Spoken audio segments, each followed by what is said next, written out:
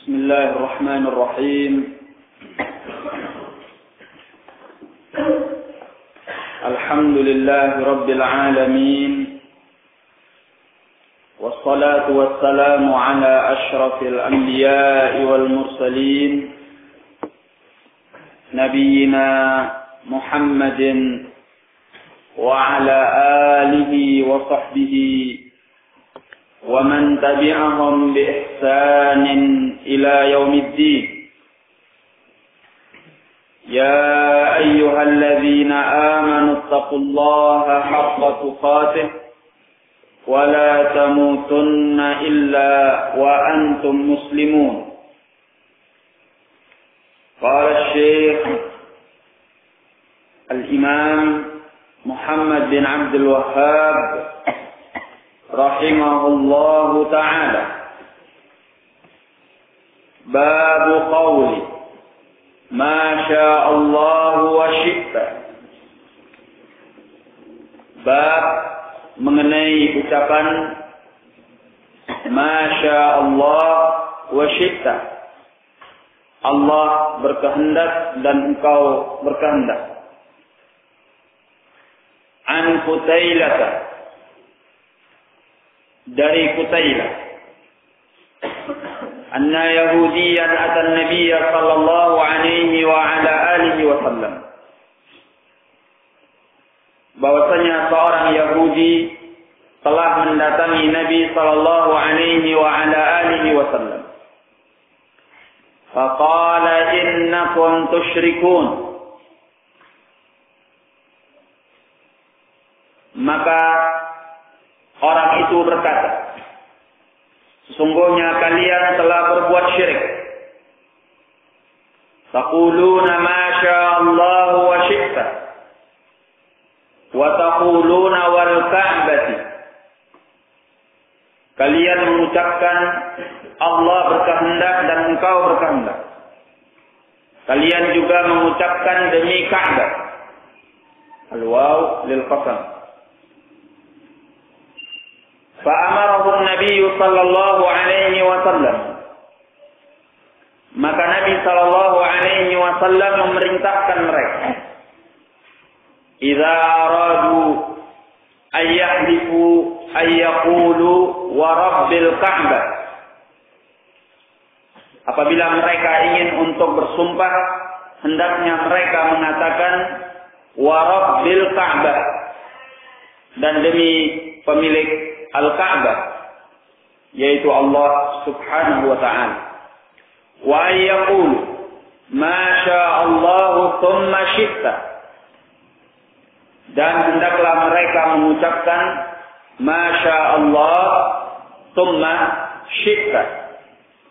Allah berkehendak, kemudian engkau berkehendak. Rawahu An-Nasa'i wa sahhahahu, diriwayatkan oleh An-Nasa'i dan disahihkan olehnya.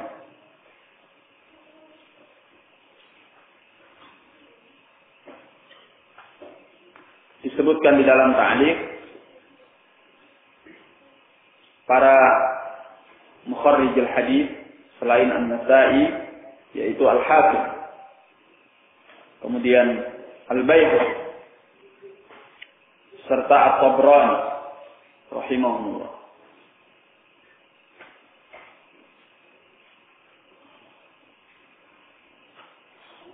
Nah, walahu ayran, dan bagi An-Nasa'i pula, Ani bin Abbas, dari Abdullah bin Abbas, anna rajulan qala lin-nabi sallallahu alaihi wa ala alihi wa sallam ma sya'allah wa syi'ta. Bahwasanya seseorang berkata kepada Nabi sallallahu alaihi wa ala alihi wa sallam, ma sya'allah wa syi'ta. Allah berkehendak dan engkau pun berkehendak. Qala aja'altani lillahi niddan. Apakah engkau telah menjadikan aku sebagai tandingan bagi Allah? bal ma Allah wahda, akan tetapi Allah semata yang berkehendak. Ini juga dikeluarkan oleh Al-Baihaqi di dalam Sunan Al-Kubra, Al-Imam Ahmad rahimahullah di dalam Musnad Abdullah bin Abbas, dan juga Al-Khatib di dalam Tarikh Baghdad. Qala wal Ibn Majah an Tufayl akhi Aisyah li ummiha, dan bagi Ibn Majah dari At-Tufail, yaitu saudara Aisyah,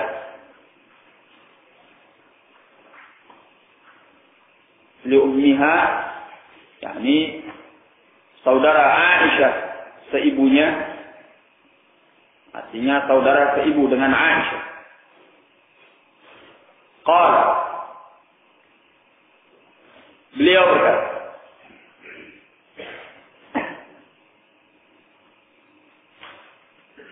ra'aitu ka'anni ataitu ala nafarin minal yahud. Aku melihat seolah-olah aku mendatangi atas beberapa orang dari al-Yahud.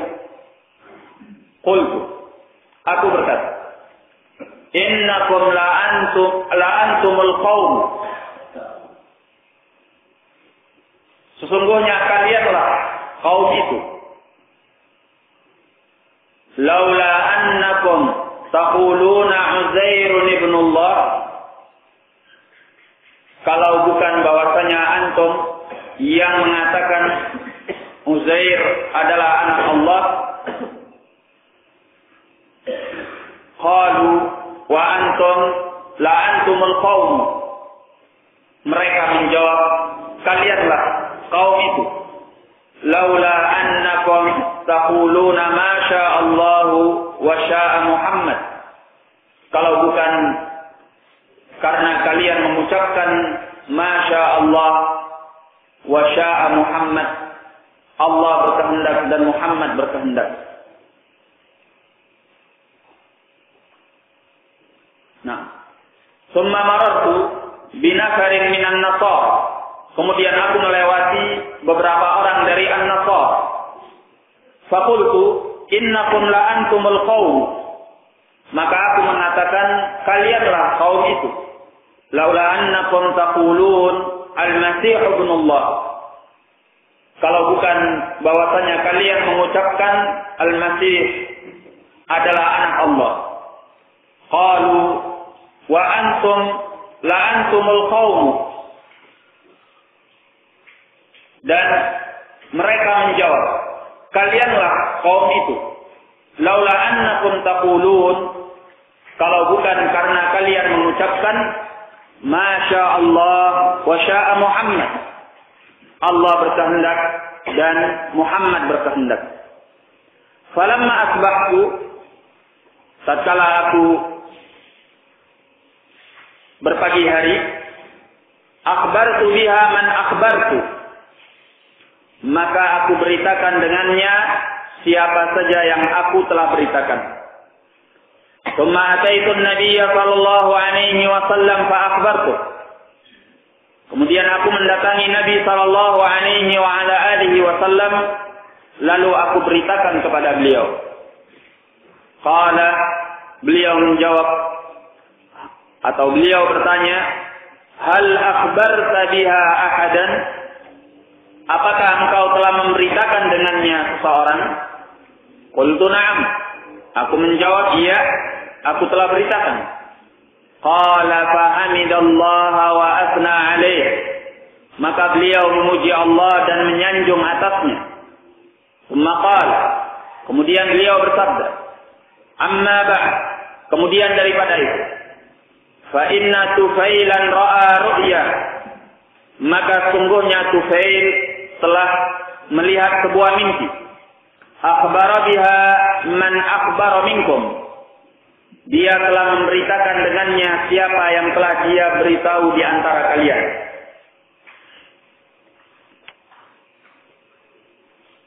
Berarti dia melihatnya dalam mimpi. Wa innakum qultum kalimatan kana yamna'uni kadza wa kadza an anhaakum anha. Dan sungguhnya kalian telah mengucapkan sebuah kalimat yang dahulu mencegahku perihal ini dan itu untuk melarang kalian daripadanya. Fala taqulu ma syaa Allah wa syaa Muhammad. Maka janganlah kalian mengatakan Allah berkehendak dan Muhammad berkehendak. Walakin qulu ma syaa Allah wahdah. Akan tetapi ucapkanlah Allah semata yang berkehendak. Hadis ini dikeluarkan oleh Ibnu Majah, juga Ibnu Hibban di dalam sahihnya. Kemudian At-Tabrani dan juga Abdur Razzaq dalam musnadnya, serta Ad-Darimi dan Al-Imam Ahmad sebagaimana dalam ta'liq. Nah,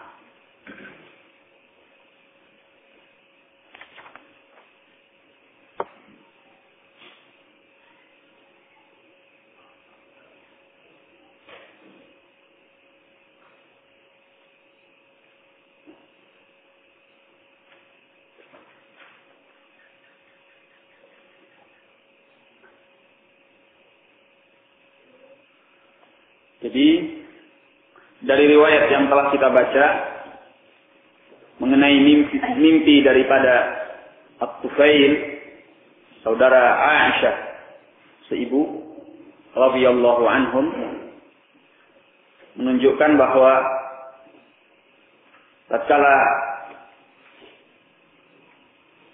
beliau tidur dan beliau bermimpi, di mana beliau menghujat Al-Yahud sebagai kaum yang telah berbuat syirik. Karena mereka mengatakan Uzair adalah ibnullah. Tetapi Al-Yahud menjawabnya bahwa kalianlah yang telah berbuat syirik.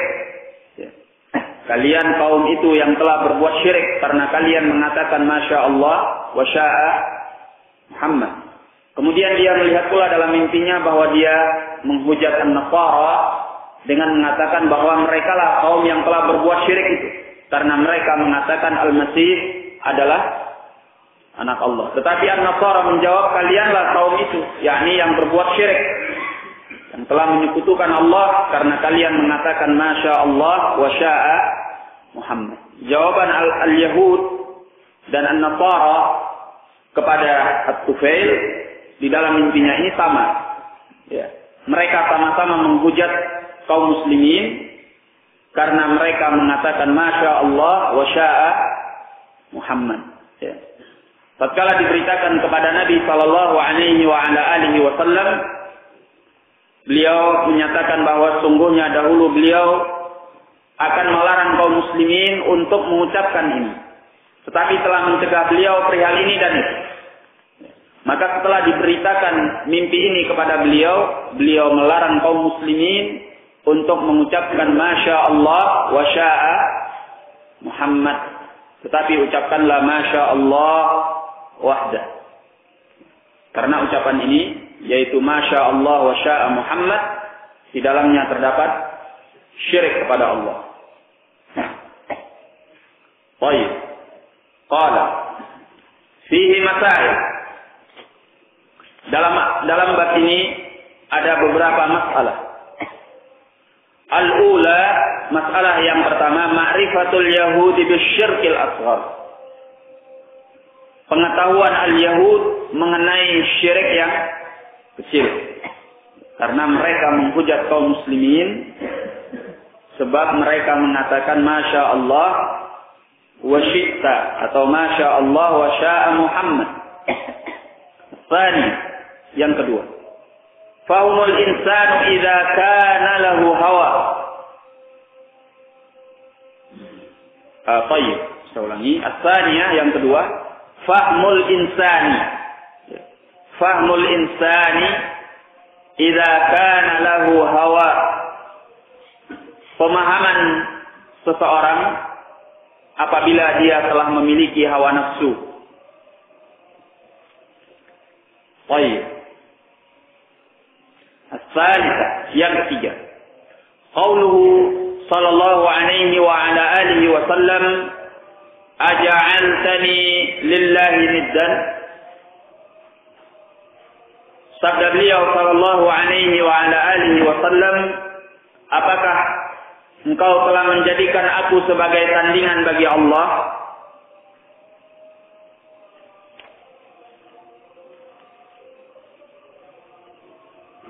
Fakaifa biman qala? Lalu bagaimana dengan orang yang mengatakan, ya akramal khalqi, mali man aludhu bihi siwaka, wal baitaini ba'dahu, dan dua bait syair yang setelahnya. Ya. Hanya mengucapkan Masya Allah wa sya'a Muhammad telah dianggap sebagai syirik. Ya. Hanya dalam ucapan saja, walaupun dia tidak meyakini bahwa kehendak Allah sama dengan kehendak Nabi, sederajat dengan kehendak Nabi. Hanya mengucapkan Masya Allah wa sya'a Muhammad. Ya, ini telah dianggap syirik. Telah dinyatakan sebagai syirik. Hanya dalam ucapan saja. Bagaimana dengan orang yang mengatakan dan meyakini, ya akramal khalqi, wahai semulia-mulia makhluk. Siapa yang dimaksud? Nabi kita Muhammad sallallahu alaihi wasallam. Mali man aludhu bihi siwaka. Adakah orang yang bisa melindungi aku selainmu? Nah, ini syirik atau tauhid?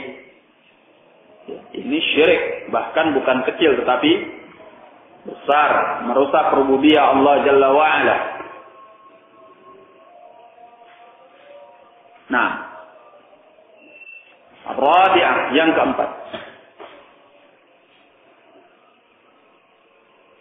anna hadza laisa min asy-syirkil akbar, bahwasanya ini bukanlah termasuk daripada syirik yang besar. Liqaulihi yamna'uni kadza wa kadza, karena sabda beliau telah mencegah aku perihal ini dan itu. Menunjukkan bahwa ucapan ini adalah syirik kecil yang tidak mengeluarkan dari Islam. Jikalau seandainya perbuatan syirik ini mengeluarkan dari Islam, niscaya dari awalnya telah dilarang oleh Nabi sallallahu alaihi wasallam. Tetapi sempat beliau biarkan karena ada perihal ini dan itu yang menghalangi beliau. Jadi ini adalah syirik yang kecil. Nah, al-khamisah, yang kelima, anna ru'ya shalihata min aqsamil wahyi, bahwasanya mimpi-mimpi yang baik termasuk dari bagian-bagian wahyu. As-sadisah, yang keenam, annaha qad takunu sababan li syar'i ba'dil ahkam, bahwasanya mimpi itu bisa menjadi sebab untuk pensyariatan sebagian hukum. Tapi ingat, itu kalau terjadinya di masa Nabi sallallahu alaihi wasallam. Tapi kalau terjadinya setelah beliau, maka syariat ini telah sempurna. Al-yawma akmaltu lakum dinakum wa atmamtu 'alaikum ni'mati wa raditu lakumul Islam dinan. Nah, pada hari ini aku telah sempurnakan bagi kalian agama kalian dan aku sempurnakan bagi kalian nikmatku dan aku ridha Islam sebagai agama kalian. Nah, dan perlu diingat bahwa mimpi bukanlah hujjah. Ya. Bukanlah hujjah untuk mensyariatkan sesuatu dan tidak pula untuk menvonis sesuatu itu benar atau salah. Ya.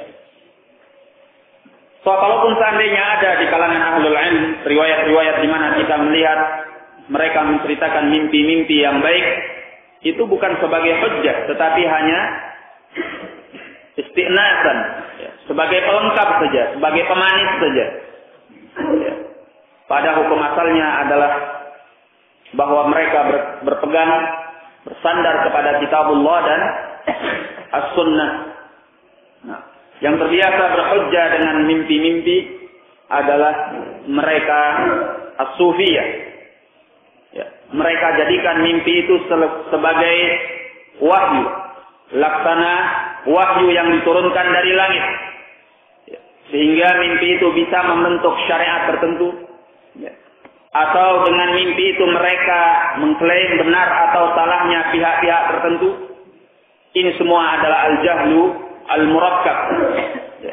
Di mana mimpi-mimpi itu sama sekali tidak bisa menjadikan landasan hukum setelah peninggal Nabi Shallallahu Alaihi Wasallam, dan tidak pula sebagai vonis benar atau salahnya orang-orang tertentu.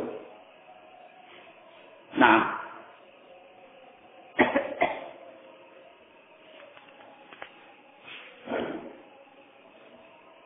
kemudian qala asy-syarh, penjelasan. Hadzal babu fihi nahyun 'anit tasyriiki fil masyiati. Bab ini di dalamnya terdapat larangan mengenai penyekutuan dalam perkara al-masyiah, dalam perkara kehendak. Walidza atafa biqaulihi wa syi'ta. Oleh karena ini dia mengatofkan, mengikutkan dengan ucapannya wa syi'ta. Ai bil waw. Maksudnya dengan al-waw, wawul asl. Wa hina idzin kana syarikan lillahi fil masyiah. Dan ketika itu, yakni ketika diikutkan dengan wawul asl, kana syarikan lillah,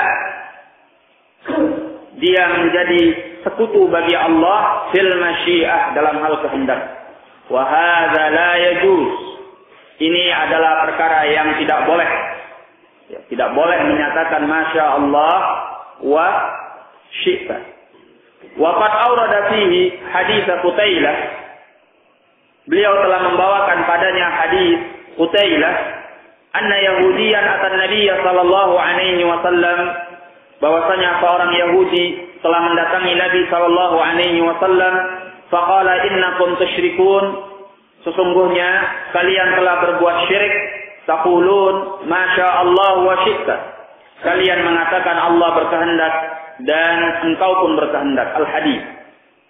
Yu'khadhu min hadha, bisa diambil dari hadis ini. Awal, yang pertama, annal hadis la yajuz illa billahi subhanahu wa ta'ala, bahwasanya sumpah itu tidak boleh kecuali dengan nama Allah subhanahu wa ta'ala. فلا يجوز الحلف بالكعبة ولا بالنبي ولا جبريل ولا بأحد من المخلوقين كائنا من كان. Maka tidak boleh bersumpah dengan nama Ka'bah, tidak pula dengan nama Nabi, tidak pula dengan Jibril, tidak pula dengan seorang pun dari kalangan makhluk, kainan man kan, siapapun dia. Innal halifa ta'zimun. Kenapa dilarang? Karena sumpah itu adalah pengagungan. Wa ta'zimu ghairillahi syirkun, dan pengagungan yang selain Allah itu adalah syirik. Idza halafta bihadzal mu'azzam fa innaka hina idzin takunu qad 'azzamtahu ta'ziman ka ta'zimillahi subhanahu wa ta'ala. Kata beliau, apabila engkau bersumpah dengan nama orang yang diagungkan ini, dengan sesuatu yang diagungkan ini, maka sungguhnya engkau ketika itu telah mengagungkannya dengan suatu pengagungan seperti pengagungan kepada Allah subhanahu wa ta'ala. Ya, karena yang patut diagungkan di dalam sumpah hanya Allah. Ya, kalau kita agungkan atau kita bersumpah dengan yang selain Allah, berarti kita mengagungkannya laksana kita mengagungkan Allah. Fa in ihtajja ahadun bi anna Allah aqsama bi asya'a katsirah. Apabila seseorang berhujjah, beralasan bahwasanya Allah telah bersumpah dengan sesuatu yang sangat banyak. Di mana Allah, kita kalau membaca Al-Qur'an, kita dapatkan Allah bersumpah dengan nama-nama makhluknya. Ya, dalam banyak ayat. Ya, seperti wal 'asr, demi masa. Seperti wasyamsi wa duhaha, demi matahari dan waktu duha. Dan banyak ayat-ayat lain. Memang terkadang hal ini menjadi samar pada sebagian orang. Ya, mereka menyangkal akan tidak bolehnya bersumpah dengan nama yang selain Allah dengan menyatakan bahwa Allah sendiri bersumpah dengan makhluknya di dalam Al-Quran. Maka kata beliau, fayanbaghi ay ya'lama hadha alladhi yahtajju hadha al-ihtijaj anna Allah subhanahu wa ta'ala lahu an yuqsima bima syaa min khalqihi. Maka sudah selayaknya orang yang berhujjah dengan alasan ini mengetahui bahwasanya Allah Subhanahu wa taala merupakan haknya dia bersumpah dengan apa yang dia kehendaki dari makhluknya. Wa idza aqsama bima syaa min khalqihi fa inna qasamahu bihi tashrifan lahu.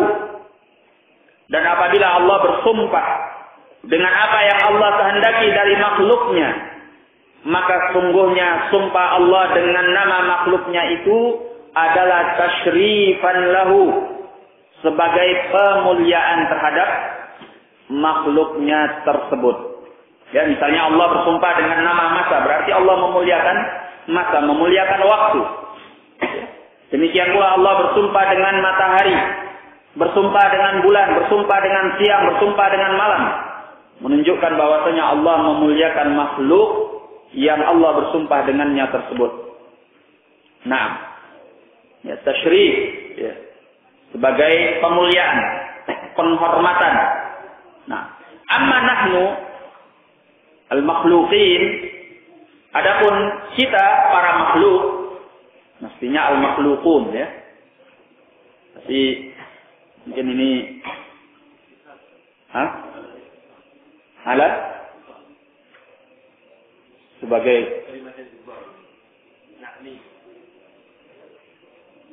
hakada. Baik, la bas.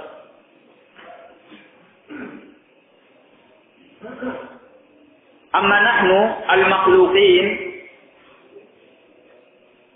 fala yajuz an nuqsima bi ahadin ghairi Allah subhanahu wa ta'ala. Adapun kita para makhluk, maka tidak boleh kita bersumpah dengan seorang pun selain Allah subhanahu wa ta'ala. Wa qad jaa fil hadits 'an Ibnu Umar, telah datang di dalam hadis dari Abdullah bin Umar, annahu adraka Umar bin al-Khattab wa huwa yahlifu bi abi, bahwasanya beliau telah mendapati Umar ibn al-Khattab dalam keadaan bersumpah dengan bapaknya. Fanadahum Rasulullah sallallahu alaihi wasallam, maka Rasulullah sallallahu alaihi wasallam menyeru kepada mereka, ala innallaha yanhaakum an tahlifu bi abaikum, faman kana halifan falyahlif billah wa illa falyasmut.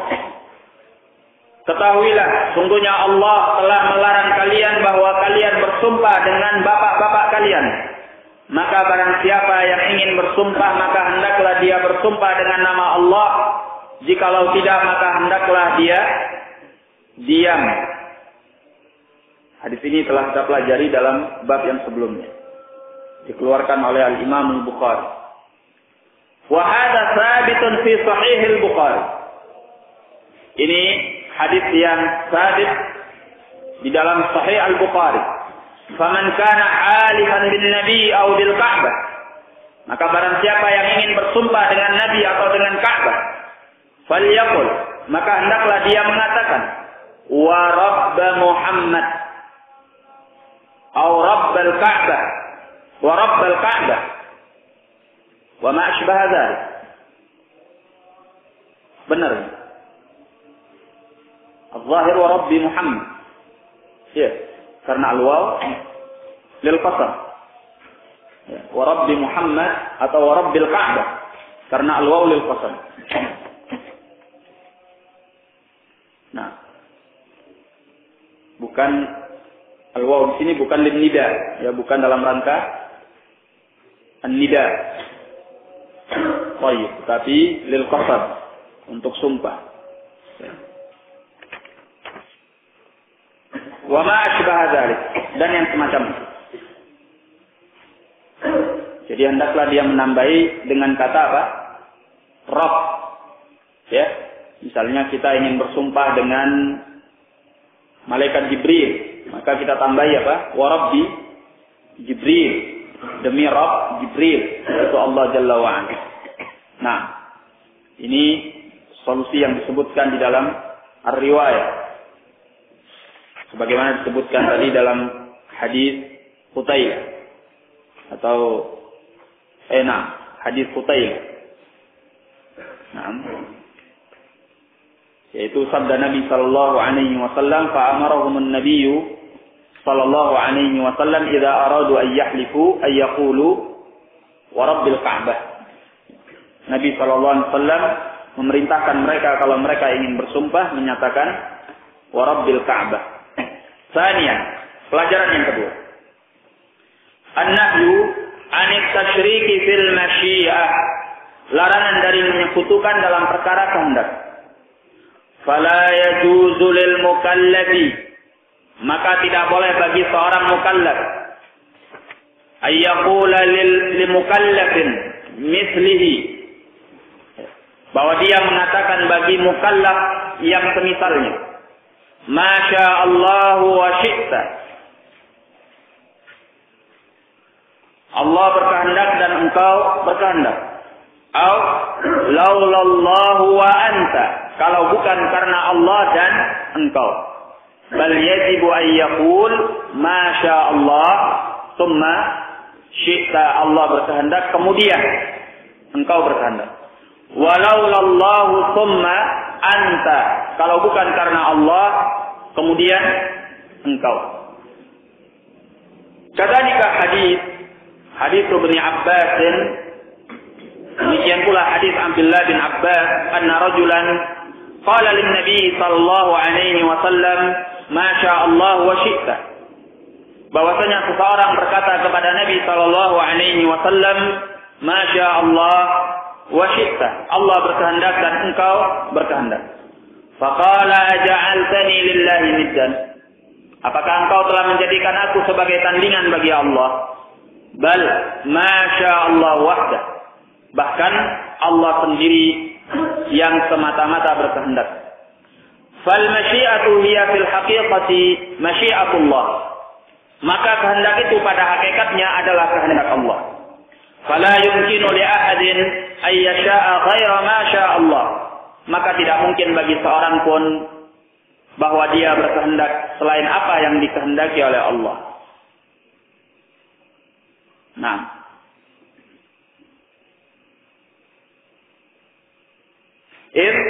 innal qadara qad katab, karena sesungguhnya takdir itu telah Allah tuliskan.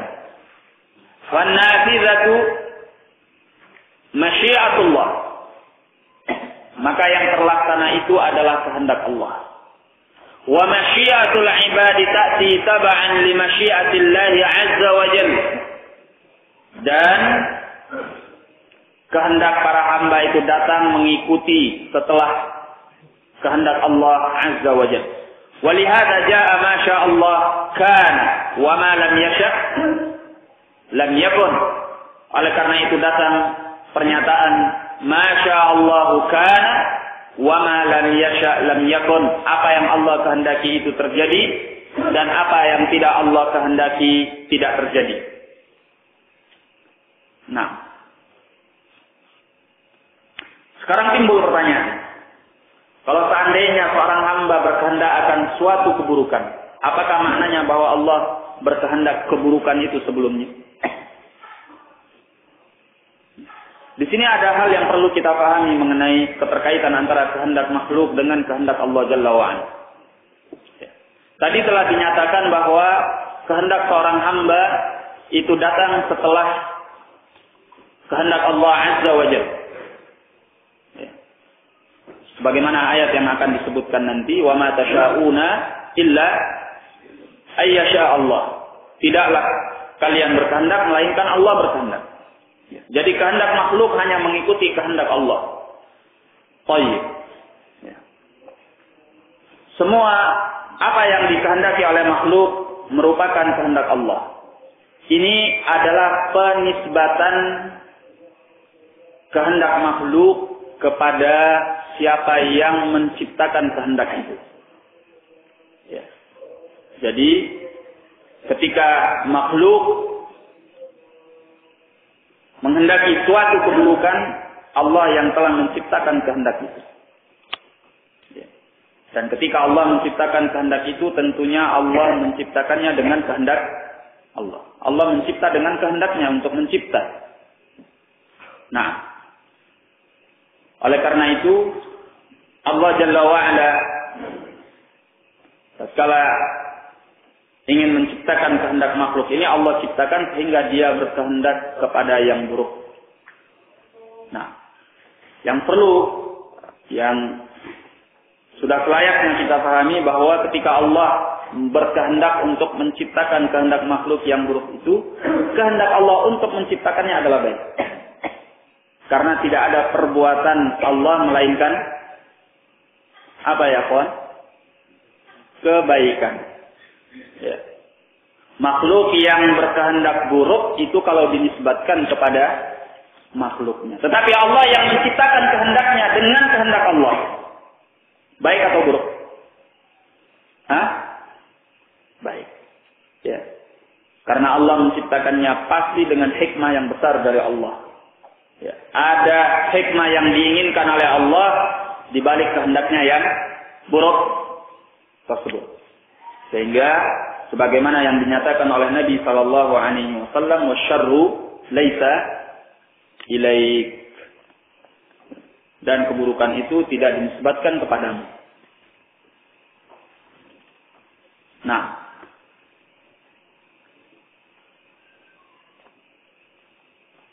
jadi kalau ada yang bertanya apakah makhluk ketika berkehendak buruk berarti Allah berkehendak buruk? Al-jawab, apa jawabannya? Zain. Apakah ketika makhluk berkehendak buruk berarti Allah berkehendak buruk? Karena masya Allah, karena ma tasyauna illa ayyasha Allah. Al-jawab, jawabannya tidak. Kenapa? Allah itu seluruhnya baik. Karena ketika Allah menciptakan kehendaknya, ya, ketika Allah menciptakan kehendaknya, ya, dengan kehendak Allah itu adalah kebaikan. Karena perbuatan Allah pasti baik dan tidak mungkin buruk. Ya, di baliknya ada hikmah yang diinginkan oleh Allah Jalla wa'ala. Kita bisa tahu, mungkin juga tidak tahu.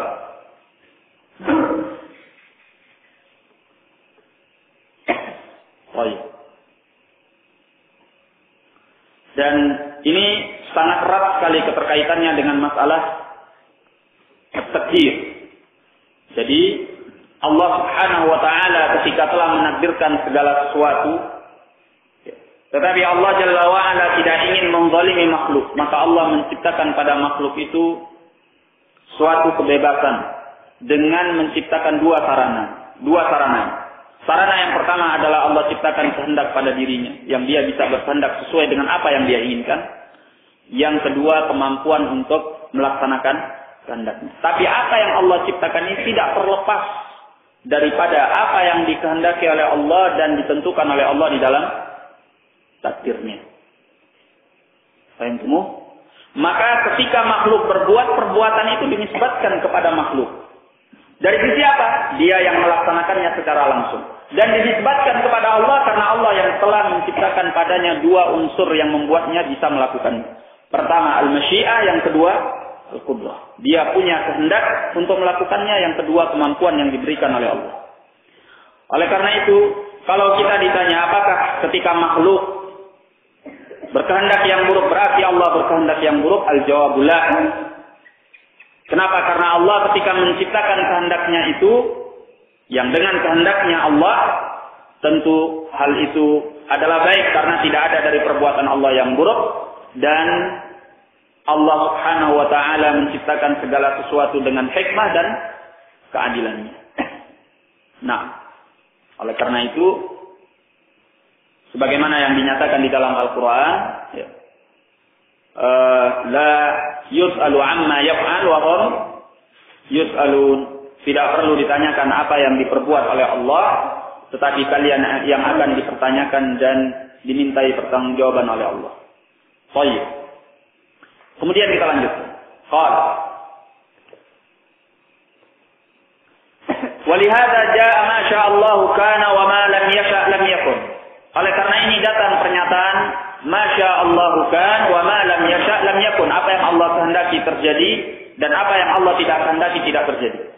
Falau aradta syai'an wallahu lam yasha. Kalau engkau menghendaki sesuatu namun Allah tidak menghendakinya, ayyaqa, bahwa sesuatu itu terjadi, lam taqdir ala infadhi tilkal masyiah, engkau tidak akan mampu untuk melaksanakan kehendak itu. Illa idza aradallahu azza wa jalla dzalik, kecuali apabila Allah azza wa jalla menginginkan yang demikian itu. Artinya kalau engkau berkehendak sesuatu dan Allah tidak menghendakinya. Ketika Allah tidak menghendaki apa yang engkau kehendaki itu, artinya Allah tidak akan menjadikan padanya sebab yang dengannya engkau bisa menunaikan kehendak engkau. Ya. Maka suatu perbuatan bisa dilaksanakan oleh seorang hamba apabila terkumpul padanya dua unsur ini. Ya. Unsur yang Allah jadikan pada diri seorang hamba bisa melaksanakan suatu perbuatan. Pertama, al-masyiah yang Allah ciptakan pada dirinya. Yang kedua adalah kemampuan. Kalau dia hanya punya al-masyiah, tetapi Allah tidak berkehendak untuk memberikan kemampuan, maka dia tidak akan pernah mampu mewujudkan kehendaknya. Paham itu?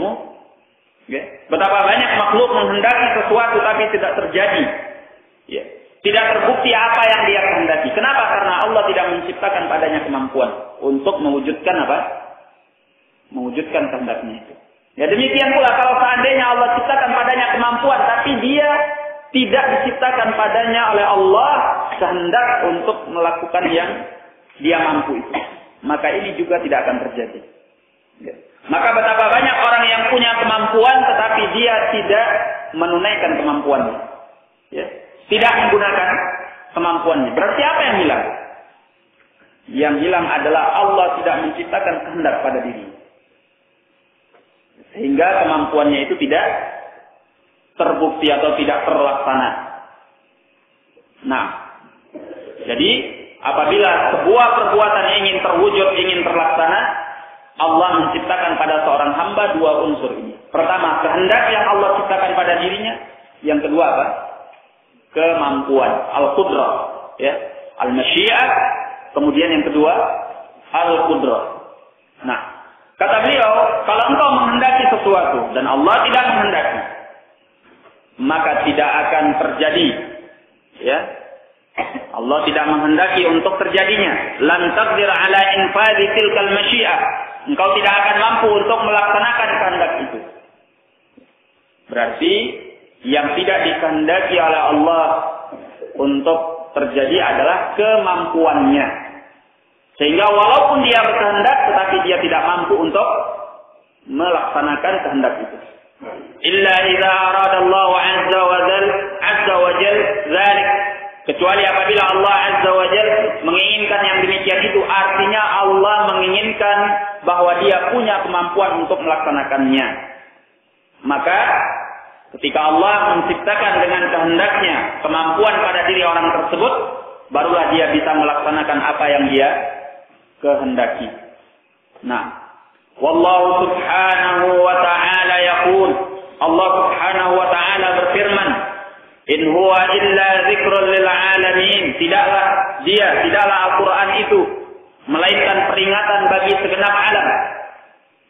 Liman syaa'a minkum ayyattaqin, bagi siapa di antara kalian yang berkehendak untuk tegak lurus di atas agamanya. Wa ma tasyauna illa ayyasha Allahu rabbul alamin. Dan tidaklah kalian berkehendak melainkan Allah berkehendak, Rabb semesta alam. At-Takwir ayat yang ke-27 sampai 29.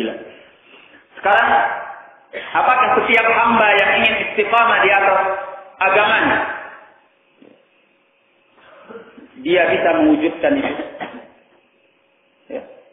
Al-jawab, la. Tidak setiap orang yang ingin istiqamah ternyata dia istiqamah. Kenapa? Karena kehendaknya tidak dilengkapi oleh Allah dengan menciptakan kemampuan pada dirinya untuk istiqamah. Maka dia tidak bisa istiqamah. Nah, oleh karena itu, barang siapa yang kita lihat istiqamah di atas agama Allah, berarti Allah telah menciptakan pada dirinya dua hal yang telah disebutkan, unsur kehendak dan kemampuan untuk melaksanakannya. Nah, dan yang kita minta kepada Allah untuk memberi hidayah dan taufiknya kepada kita adalah Allah memberikan kepada kita kehendak dan kemampuan untuk istiqamah. Ya, yang selalu kita minta dalam doa kita, ihdinas siratal mustaqim, yaitu Allah menciptakan pada diri kita kehendak dan kemampuan untuk istiqamah. Karena kalau hanya kehendak, tapi Allah tidak beri kita kemampuan untuk istiqamah, kita tidak akan bisa mewujudkannya. Demikian pula, walaupun kita punya kemampuan untuk istiqamah, ya, punya ilmu, punya ini, punya itu, ya, ilmu, harta, dan sebagainya, tapi Allah tidak kehendaki untuk kita punya kehendak istiqamah. Maka betapa banyak orang yang berilmu, orang yang punya harta, dan berbagai sarana istiqamah, tetapi dia sama sekali tidak punya perhatian untuk istiqamah di atas agamanya, tidak punya kehendak untuk istiqamah di atas agamanya. Nah, dan seperti yang telah kita sebutkan bahwa dua unsur ini adalah bentuk pemberian Allah bagi kebebasan manusia di dalam berbuat. Ya, siapapun dari kalangan makhluk tidak bisa mengingkari, ya, bahwa kebebasan mereka tergantung dengan kehendak mereka dan kemampuan mereka. Dengan Allah ciptakan ini, mereka bebas berbuat apapun yang mereka suka. Ya. Maka mereka tidak dikungkung oleh Allah dengan catatan takdir. Ya. Orang yang mau jujur, secara hati nurani dia akan mengatakan bahwa apa yang dia kehendaki, dia bisa menghendakinya dan bisa memperbuatnya. Nah, karena adanya penciptaan kehendak dan kemampuan dari Allah Subhanahu wa ta'ala. Baik, dan tidak ada yang melakukan hal itu dengan terpaksa.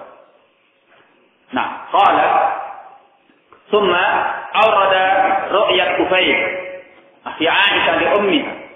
Kemudian beliau membawakan mimpi At-Tufail, saudara Aisyah seibu. Nah, mahramnya atau bukan mahramnya? Saudara seibu. Hah?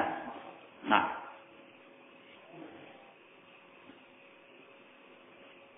qala ra'aitu ka'anni ataitu ala nafarin minal yahud. Aku melihat, yakni dalam mimpi, seolah-olah aku mendatangi beberapa orang dari kalangan Yahud. Qultu innakum la antumul qaumu laula annakum taquluna Uzair ibn Allah. Aku menyatakan kalian adalah kaum itu, yakni yang berbuat syirik. Kalau bukan karena kalian mengatakan Uzair adalah anak Allah. Qalu wa innakum la antumul qaum laula annakum taqulun ma syaa Allah wa syaa Muhammad. Mereka menjawab, kalianlah kaum itu, kalau bukan karena kalian mengucapkan ma syaa Allah wa syaa Muhammad. Fa tusyrikuna fil masyiati. Maksudnya kalian berbuat syirik dalam perkara al-masyiah. Wa bihadza yatabayyan. Dengan ini tampak jelas anna tasyrika fil masyiati la yajuz. Bahwasanya mempersekutukan dalam perkara kehendak adalah perkara yang tidak diperbolehkan. Wa annal khalaqa min dzalika ay yaqula al-'abdu ma syaa Allah wahdahu. Bahwasanya keterlepasan dari yang demikian itu, seorang hamba mengucapkan ma syaa Allah wahdahu, Allah sendiri yang berkehendak, Allah semata yang berkehendak. Au yaqulu ma syaa Allah tsumma syaa fulan, atau dia mengucapkan Allah berkehendak kemudian fulan berkehendak. Nah, mahfuzah, perhatian. Yang bagi ayya'lama anna at-tasyrika fil masyiati yu'addu min asy-syirkil asghar alladhi la yakhruju minal millah. selayaknya dia mengetahui bahwasanya penyekutuan dalam perkara al-masyiah dianggap daripada syirik yang kecil yang tidak mengeluarkan dari millatil Islam. Kecuali apabila dia meyakini, ya'taqid bahwasanya anna masyiatullah mutasawiyatun bi masyiatil makhluk. Bahwasanya kehendak Allah itu sama dengan kehendak makhluk. Nah, ketika dia menyatakan masya Allah wa syi'ta, dengan keyakinan bahwa kehendak Allah itu sederajat, sama dengan kehendak orang yang telah dia sebutkan tadi. Maka kalau sudah seperti ini, hukumnya apa? Syirkun asghar atau syirkun akbar? Akbar. Ya. Jadi kapan saatnya syirkun asghar? Saatnya syirkun asghar apabila itu hanya dalam bentuk apa? Ucapan saja.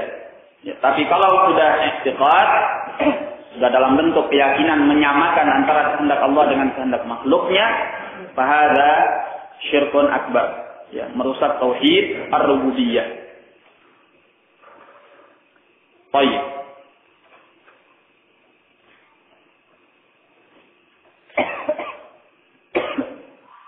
Jadi mengatakan masya Allah wa syi'ta adalah perkara yang syirkun asghar kecuali dengan al-i'tiqad, sama seperti masalah al-halif, ya, masalah sumpah dengan nama yang selain Allah.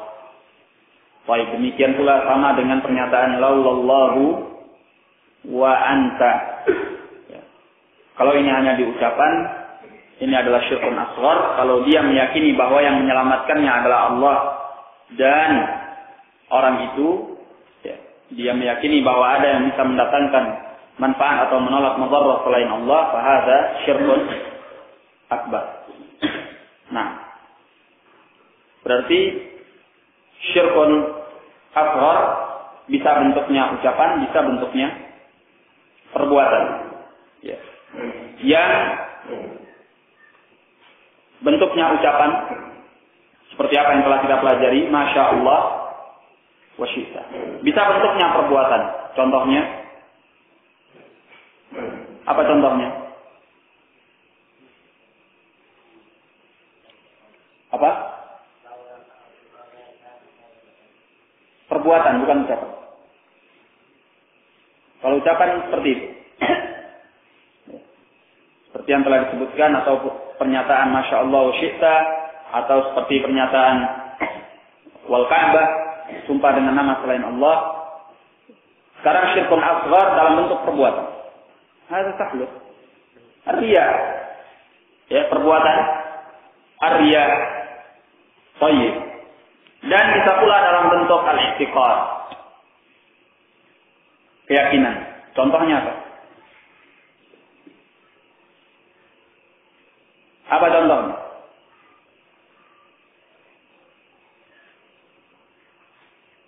Hendak. Yang melihat ke kanan.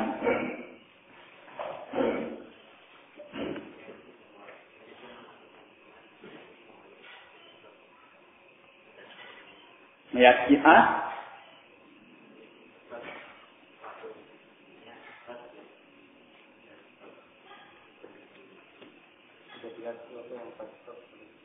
meyakini sesuatu yang bukan sebab sebagai sebab.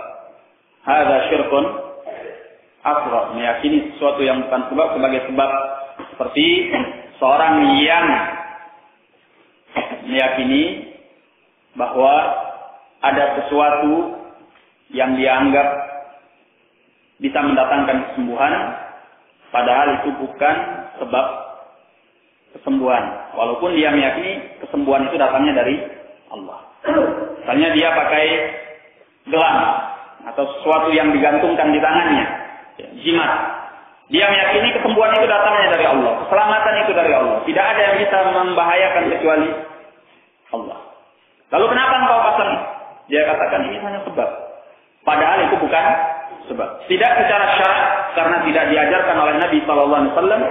Tidak secara takdir, karena tidak ada hubungan dan pengaruh yang tampak langsung, ya, hubungan langsung dan pengaruh yang tampak, karena seorang memakai jimat kemudian dia bisa disembuhkan dari penyakit. Ya, apa hubungannya antara jimat, ya, benang yang dia gantung dengan penyakit yang diderita atau penyakit yang akan menimpa? Nah, maka tidak bisa dibuktikan keterkaitannya la syar'an wala qadar.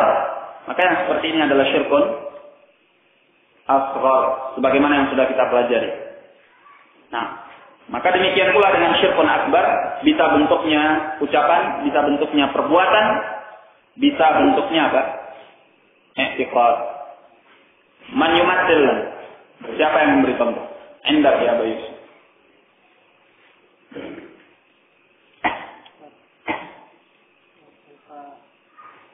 Ucapan.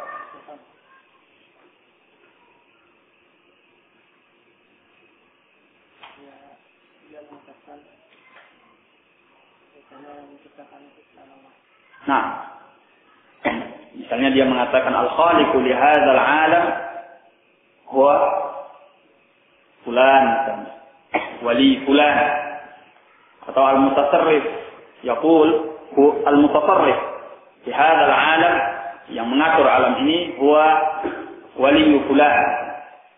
Ya, disebutkan seseorang yang selain Allah. Wa hadza syirkun fil qaul, syirkun akbar. Dalam perbuatan banyak, ya, sujud kepada selain Allah, pada berhala misalnya, kemudian meminta kepada selain Allah, doa kepada selain Allah, hadza katsir. Baik. Kemudian i'tiqad.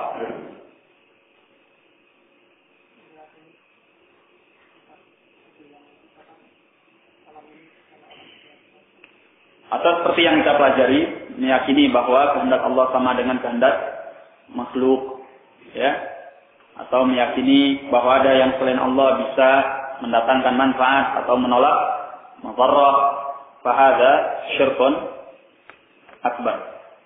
Jadi syirkul akbar yang qasimu ila salasati aqsam, imma qaulan wa imma fi'lan wa imma i'tiqadan. Syirkul asghar yang qasimu ila salasati aqsam, imma qaulan wa imma fi'lan wa imma i'tiqadan. Jadi masing-masing syirik ini bisa bentuknya ucapan, perbuatan dan i'tiqad. Fahimtumu ya akhwan? Kita cukupkan dulu sampai di sini. Wallahu a'lam bishawab. Wabillahi taufiq. Assalamualaikum warahmatullahi wabarakatuh.